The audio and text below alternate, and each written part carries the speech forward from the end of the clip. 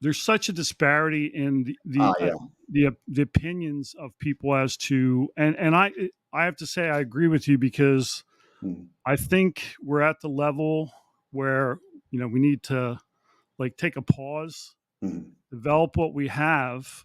Yeah, Um, how much do you think that is being driven by the finances that are behind a lot. companies like ChatGPT?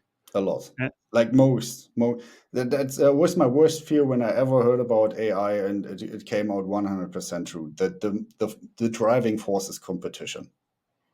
mhm. Mark, it's sad to say that it's actually capitalism, because I think it's a good system, but not for that.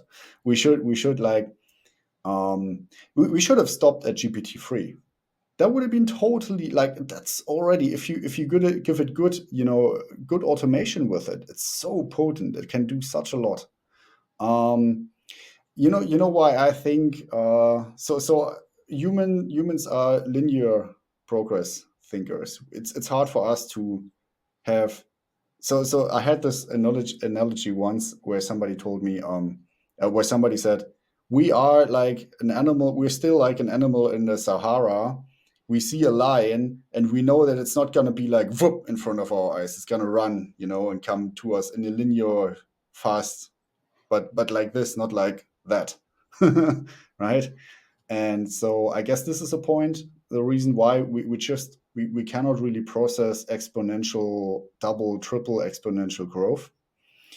And then, but I also think that people are just generally very strange thinking about how fast the world is moving.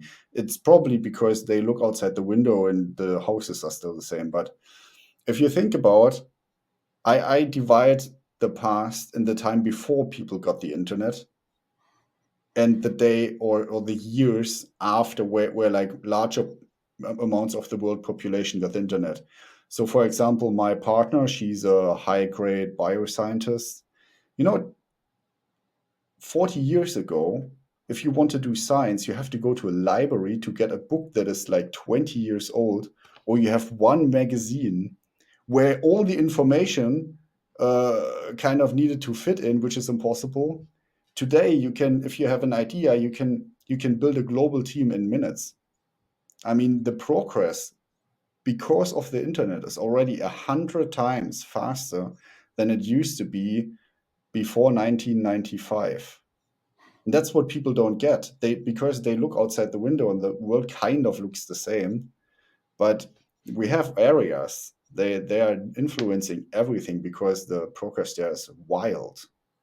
Yeah, I'm 60 years old, so uh, I was around when we were writing computer language programs in COBOL on punch cards.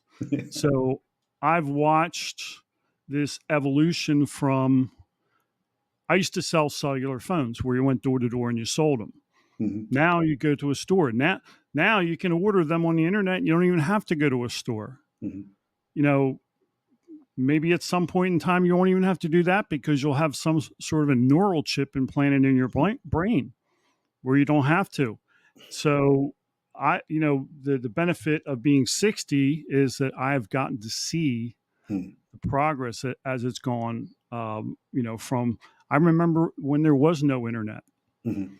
I remember I remember when the only phone you had in the house had a long cord. Yeah.